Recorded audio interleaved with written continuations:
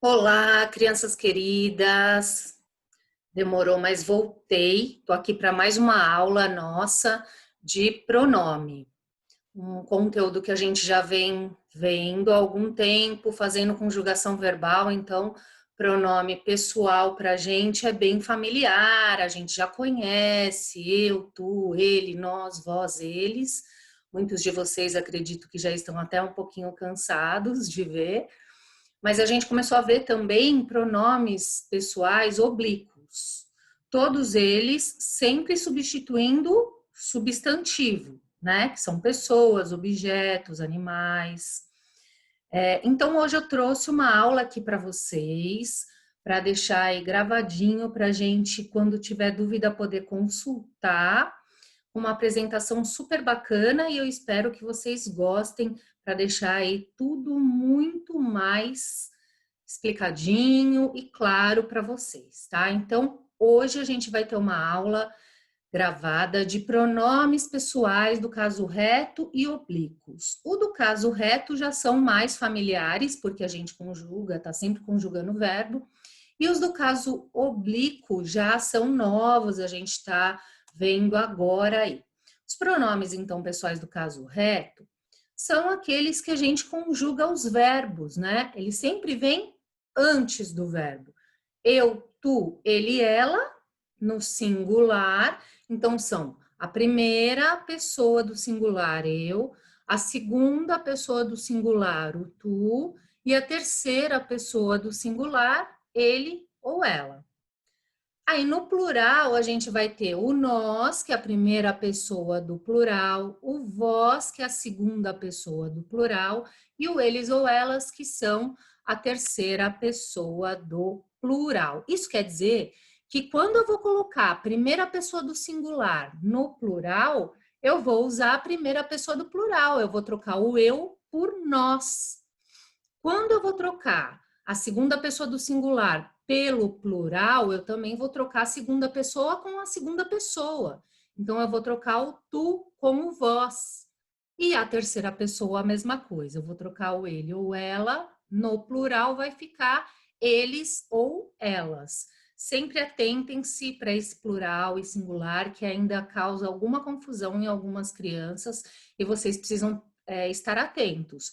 Quando eu vou fazer o plural da primeira pessoa, eu vou, do singular, eu vou fazer o plural na primeira pessoa do plural, sempre equivalendo uma pessoa à outra. Bom, revendo isso daí que a gente já conhece, então, pronome pessoal do caso reto já é bastante familiar para a gente sabe, inclusive, que vem antes do verbo, certo? Bom, a gente também sabe que os pronomes substituem substantivos. E a gente também sabe que os substantivos são tudo aquilo que nomeia, tudo aquilo que dá nome, né? Professora, aluno, caderno, lápis, borracha, lousa, parede, tudo que dá nome, cachorro, coisas, sentimentos, né? Tudo aquilo que dá nome é um substantivo.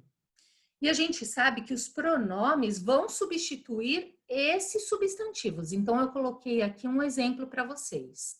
O cachorro latiu. Se eu tivesse que substituir o cachorro, eu vou usar o ele. Ele latiu. Porque o cachorro é a terceira pessoa. Não sou eu e nem está comigo, é ele. Agora, quando eu uso, por exemplo, eu e Laura partimos e eu vou substituir por um pronome alguém que está comigo, lembra?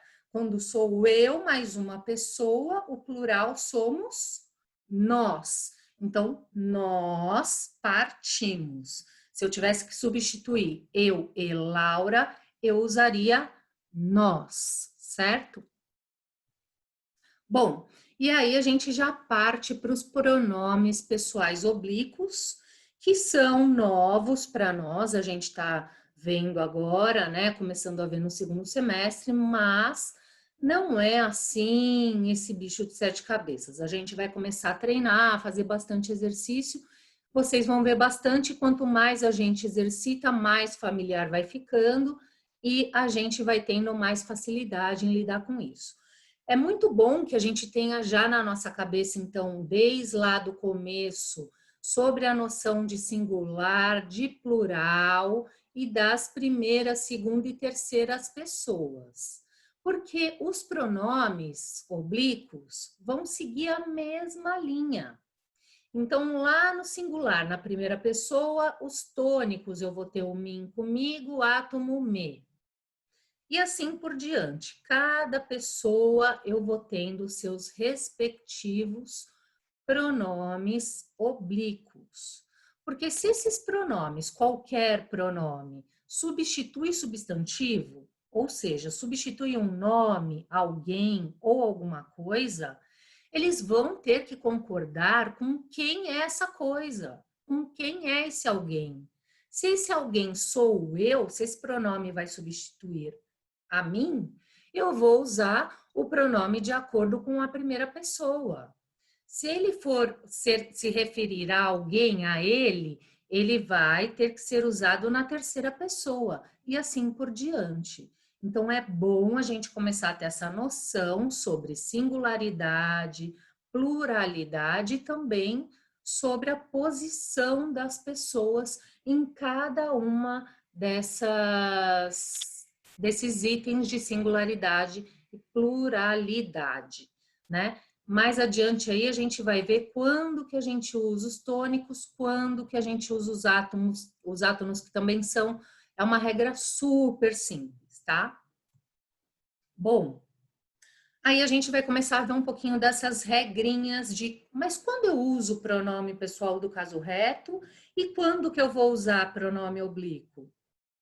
Bom, a primeira regra que a gente tem que saber é: eu vou usar o pronome pessoal do caso reto, que é aquele que eu conjugo os verbos, antes do verbo. Não é assim que a gente conjuga verbo?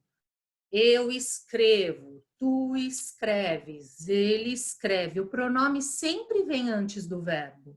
Então, o pronome pessoal do caso reto, que já é familiar para a gente já sabe que usa antes do verbo. Agora, os pronomes pessoais oblíquos eu vou usar depois do verbo. Então, eu vou sempre usar para complementar esse verbo. Aí a gente vai ver um pouquinho mais para frente.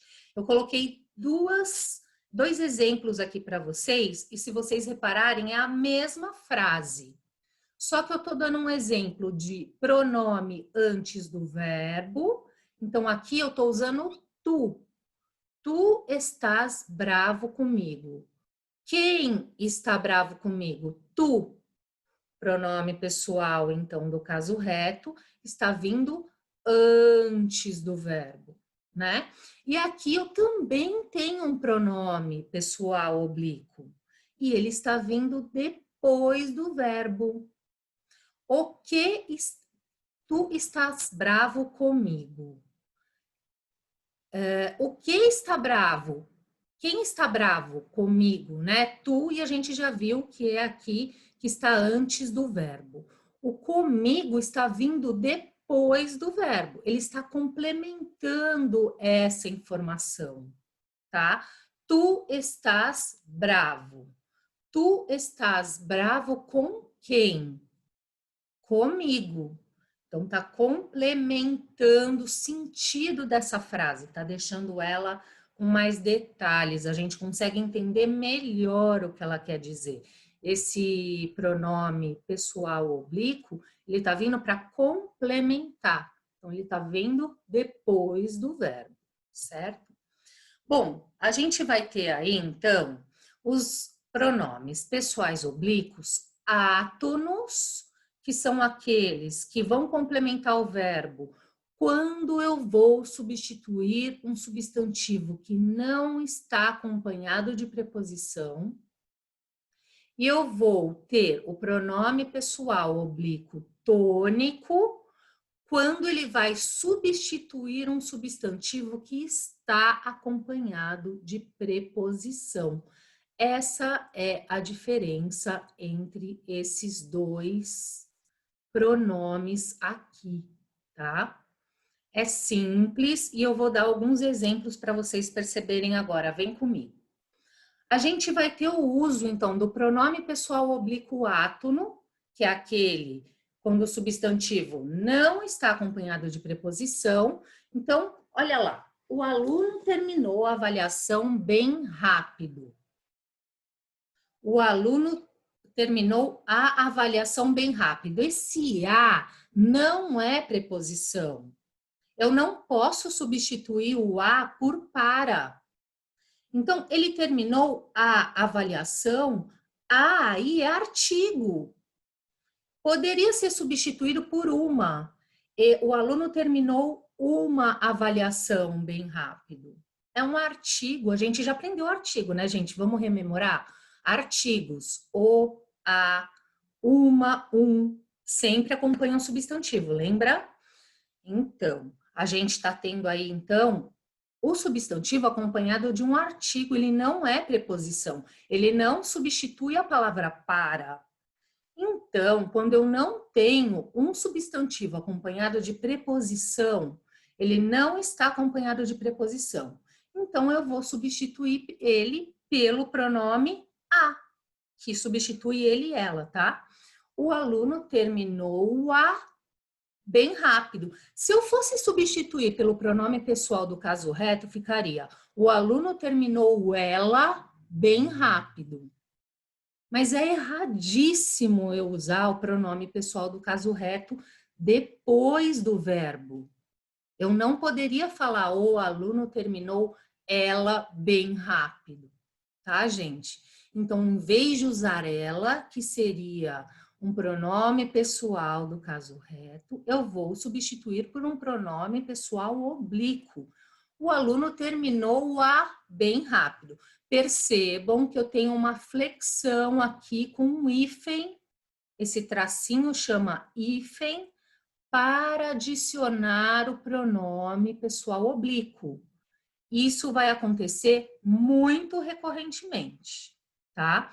Na maioria das vezes, aliás, todas as vezes que eu usar um pronome pessoal oblíquo, eu vou usar o hífen aqui, que é esse tracinho para apoiar, para acolher esse pronome que vai substituir esse pronome aí que eu estou querendo substituir, certo?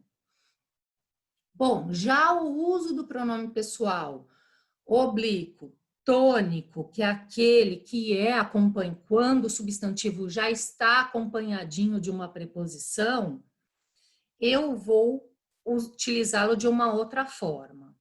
Entreguei à diretora todos os boletins. Entreguei à diretora, entreguei para a diretora. Quando eu posso substituir esse a por para, então eu vou ter aqui uma preposição. O para é uma preposição. Então, aqui, gente, eu vou ter entreguei-lhe todos os boletins. A gente vai ter aqui, deixa eu ver se eu consigo sair um pouquinho para a gente corrigir agora. Entreguei-lhe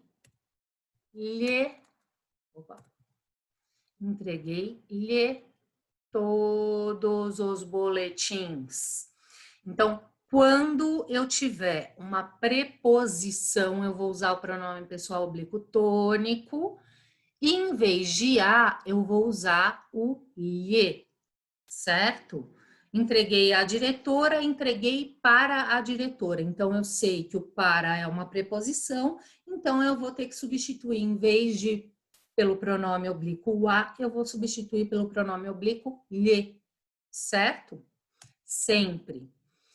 Agora a gente vai dar uma rememoradinha aí o que são as preposições, né? A gente está aqui falando com preposição, sem preposição, afinal de contas, o que são essas palavrinhas?